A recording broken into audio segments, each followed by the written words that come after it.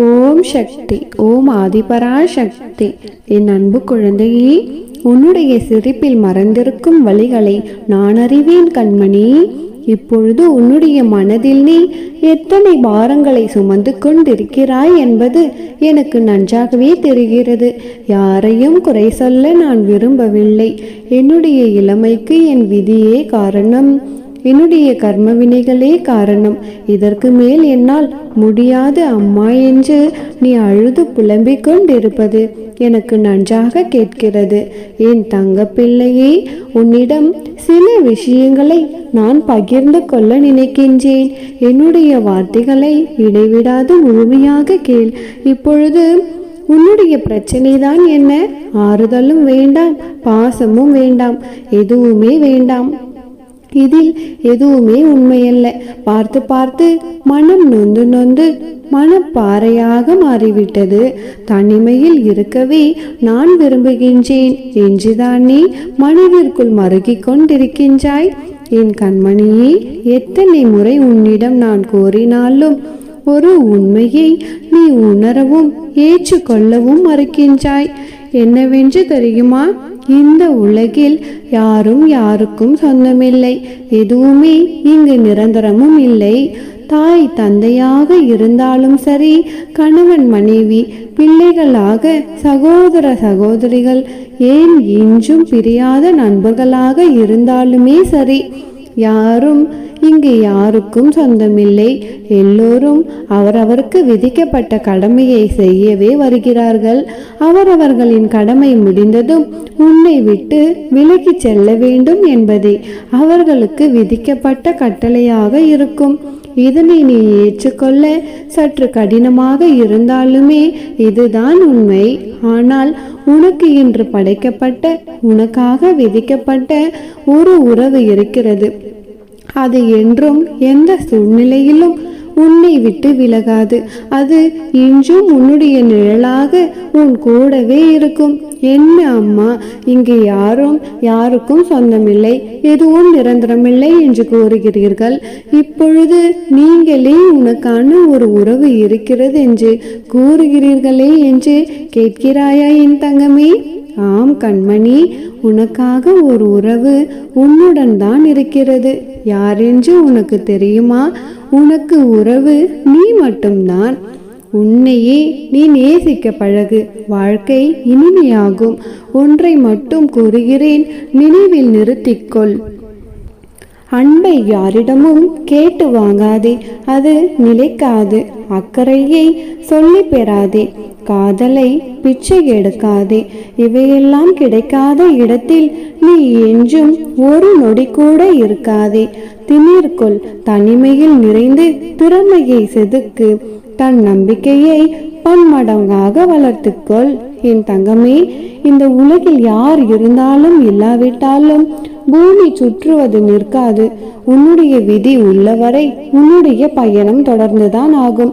மரணம் வரை கூட வருபவர்கள் யாரும் இல்லை இந்த உலகில். உனக்கு நீ மட்டும்தான் உறவு. புரிந்து நடந்து கொள். உனக்கு துணையாக என்றும் நான் இருக்கின்றேன். உன்னை பாதுகாத்து கரை சேர்ப்பது என்னுடைய பொறுப்பு. கண்ணீரை துடைத்து கொண்டு எழுந்து வா என் தங்கமே. உன் வாழ்க்கையில் சந்தோஷமான விஷயங்கள் உனக்காக காத்திருக்கிறது. நம்பிக்கையோடு காத்திரு. எப்போதும் உனக்கு துணையாக உன் அன்னை உன் கூடவே உனக்கு நிழலாக வருவேன். நல்லதே நினைத்தால் நல்லதே நடக்கும். ஓம் சக்தி. ஓம் ஆதிபரா சக்தி. என் அன்பு குழந்தையே, இன்று உனக்கான நல்ல நேரத்தை குறித்து கொண்டே உன்னை சந்திக்க வந்திருக்கின்றேன். என் தங்கமே, இதை கேட்கும் நொடி முதலே உன்னுடைய வாழ்க்கைக்கான சுப முகூர்த்தம் ஆரம்பமாகும். உன் வீட்டில் ஒரு சுப நிகழ்ச்சி நடக்கப் போகிறது. நீ இத்தனை காலமாக காத்திருந்த அந்த நல்ல காரியம் நடப்பதற்கான சூழல் இனிதே உருவாகும். தங்கமே, இப்பொழுது உன் மனதில் ஓடிக்கொண்டிருப்பது, அம்மா தினமும் இதையேதான் சொல்லி கொண்டிருக்கிறீர்கள், நல்லது நடக்கும், இதுக்கு நடக்கும், கேட்டது கிடைக்கும், இன்று நடக்கும், நாளை நடக்கும் என்று சொல்லிக்கொண்டு இருக்கிறீர்களே தவிர இதுவரை என் வாழ்வில் ஒரு நல்லதும் நடந்த பாடில்லை. உங்கள் வார்த்தைகளை கேட்டு கேட்டு நான் நம்பி நம்பி ஏமாந்ததுதான் மீதம். கடைசியில் நீங்களும் இந்த மனிதர்களை போன்று என்னை ஏமாற்றி விட்டீர்களே அம்மா, இது நியாயமா? இன்னும் எதை நம்பி என்னை காத்திருக்க சொல்கிறீர்கள்? இத்தனை காலம் நடக்காத நல்லதா இனிமேல் நடக்கப் போகிறது? எல்லாம் முடிந்தாகிவிட்டது. என்னுடைய வாழ்க்கை அவ்வளவுதான். கடைசி வரை நான் இப்படியே கஷ்டப்பட வேண்டும் என்றுதான் என் தலையில் எழுதியிருக்கிறது. இதற்கு மேலும் உங்களுடைய வார்த்தைகளை நம்பி ஏமாற நான் தயாராக இல்லை என்று மனம் வெறுத்தே போய்விட்டாய். என் கண்மணியே, யார் சொன்னது எல்லாம் முடிந்துவிட்டது என்று, இனி செய்வதற்கு ஒன்றுமில்லை என்று? கடைசி வரையிலும் நீ இப்படியேதான் கஷ்டப்பட வேண்டும் என்று நான் சொன்னேனா என்ன? எதுவும் இன்னும் முடிந்து விடவில்லை. இனிதான் உன்னுடைய நல்ல வாழ்க்கை ஆரம்பமாக போகிறது.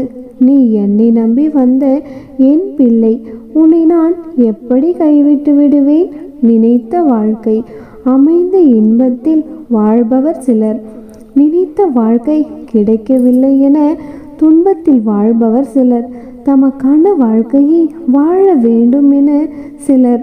இப்படி எந்த நிலையில் இருப்பவர்களும் என்னை தேடி வந்துவிட்டால் அவர்களை ஒரு பொழுதும் நான் கைவிடுவதில்லை.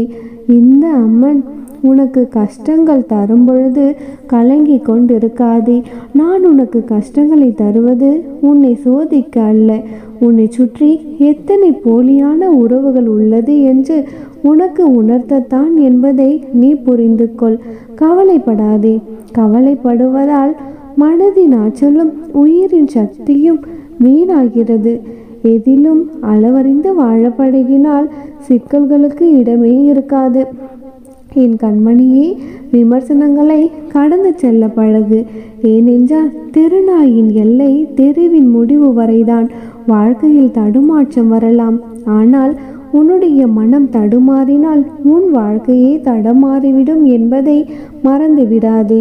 உனக்கு பிடிக்காத தேவையில்லாத விஷயங்கள், அற்பமற்ற கேள்விகளுக்கு பதில் சொல்லாமல் இருந்தாலே உனக்கு அத்தனை பிரச்சனைகளும் தீரும். தங்கமே, இவ்வுலகில் இயல்புகளை புரிந்து கொள். நாட்களில் நல்ல நாள் கெட்ட நாள் என்று எதுவும் இல்லை. ஒவ்வொரு நாளும் நமக்கு மறைமுகமாக பல பாடங்களை உணர்த்தி கொண்டுதான் இருக்கிறது. அதனால் உனக்கான நல்ல நேரம் வரவில்லை, நல்லது நடக்கவில்லை என்று தயவு செய்து புலம்பிக் கொண்டிருக்காதே. எல்லா நாளும் உனக்கான நல்ல நாட்கள் தான். அதனால் சந்தோஷமாக இரு. நீ எப்பொழுதும் ஒரு பூவை போல இருக்கத்தான் ஆசைப்பட்டு கொண்டிருக்கிறாய். அழகாக மலர வேண்டும், கண்களுக்கு அழகாக இருக்க வேண்டும், சந்தோஷமாக தன்னை வைத்து கொள்ள வேண்டும் என்று நீ எப்பொழுதும் நினைத்து கொண்டிருக்கிறாய். ஆனால் தங்கமே, இந்த அம்மா உன்னை ஒரு பொழுதும் பூவாக பார்ப்பதில்லை. இதுதான் உண்மை. பூவானது காலையில் பூத்து மாலையில் வாடிவிடும். எத்தனை அழகாக இருந்தாலுமே கூட, எத்தனை சந்தோஷமாக இருந்தாலுமே கூடிய விரைவில் அது வாடிவிடும் அல்லவா? அதனால்தான் நான் என் பிள்ளைகளை ஒரு பொழுதும் மலராக பார்ப்பதில்லை. நான் உன்னை மரமாக முயற்சி செய்து கொண்டிருக்கின்றேன். விருட்சமாக பறந்து வேரூன்றி நிற்க வேண்டும். நீண்ட காலங்கள் செழித்து நிற்க வேண்டும். உன்னை மட்டுமன்றி மற்றவர்களுக்கும் நிழல் கொடுக்கும் மரமாக நீ இருக்க வேண்டும். தங்கமே, பூவை ரசிப்பது போன்று அத்தனை எளிதாக யாரும் மரத்தை ரசித்து விடுவதில்லை. ஆனால் பூவை விட 1000 மடங்கு பழங்கள் மரம்தான் தரும். தன்னை யாரும் ரசிக்கவில்லை என்று ஒரு நாள் மரம் வாடி விடுவதில்லை. இன்னும் இன்னும் பலம் கொண்டு தன்னுள் 1000 பூக்களை பூக்க வைத்து கொண்டே இருக்கும். சக்தி கொண்டு வளர்கிறது. கல்லடியே பட்டாலும் கனியை மட்டுமே மரம் தருகிறது. பூவை கிள்ளினால் வாடி விடுவதை போன்று மரத்தை அத்தனை சுலபமாக வாட வைக்க இயலாது. அதே போன்று நீயும் மன தைரியத்துடனும் தன்னம்பிக்கையுடனும் வளர்ந்து வர வேண்டும். யார் ஒருவர் ஏதேனும் சொல்லிவிட்டாலும் உனக்கு எதிராக ஏதேனும் செய்து விட்டாலோ உடனே வாடி போகிறாய். எதிர்த்து நில் செல்லமே. எந்த ஒரு சிறு சிறு பிரச்சனைகளுக்கும் கலங்கி கொண்டே இருக்காதே. ஒவ்வொரு பிரச்சனை வரும்பொழுதும் நான் தாயின் பிள்ளை, வேரூன்றி வளர்ந்து வந்த மரம் நான், என்னை அத்தனை எளிதில் சாய்த்து விட முடியாதென்று உனக்குள் நீயே சொல்லிக்கொண்டு வா.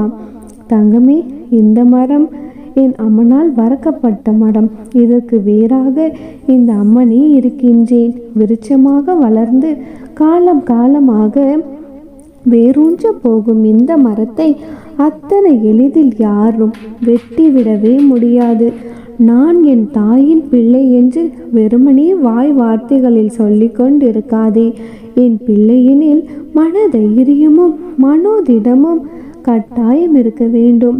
எது நடந்தாலும் நான் எதிர்த்து நின்று வென்று விடுவேன் என்ற தைரியம், எல்லாம் நன்மைக்குத்தான் நடக்கும் என்று நம்பிக்கையும், நான் என் அம்மனின் பிள்ளை, எதற்கும் பயப்பட மாட்டேன் என்ற கர்வமும் கட்டாயம் இருக்க வேண்டும். இவை எல்லாவற்றையும் நீ கடைபிடித்து வந்தால் நீ என் பிள்ளை என்று நானும் கர்வம் கொள்வேன். புரிந்து கொண்டாயா செல்லமே? இனி நீ நம்பிக்கையோடும் தைரியத்தோடும் இரு. நான் உனக்கு வாக்களித்தபடியே உன் வீட்டில் ஒரு சுப நிகழ்ச்சி நடக்கப் போகின்றது. நீ எதிர்பார்த்து காத்து கொண்டிருந்த அத்தனை நன்மைகளும் உன்னை தேடி வரப்போகிறது. இத்தனை நாள் காத்திருந்த காத்திருப்புக்கான பலன்களை இரட்டிப்பாக அனுபவிக்கப் போகின்றாய். நீ நம்பிக்கையோடு மட்டும் இரு. எல்லாவற்றையும் நானே சரி செய்து நான் உன் வாழ்க்கையில் நல்லதை நடத்தி தரப்போகிறேன். நம்பிக்கையோடு இருந்தால் நிச்சயம் நல்லதே நடக்கும்.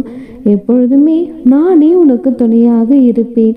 உனது கிரக நிலையை நல்ல நிலையாக மாற்றி உன் வாழ்க்கையில் சீரும் சிறப்பும் கொடுத்து உன்னை சந்தோஷமாக வாழ வைக்க வேண்டியது இந்த அன்னையின் பொறுப்பு. இனியெல்லாம் நல்லதாகவே நடக்கும். ஓம் சக்தி, ஓம் ஆதிபரா சக்தி.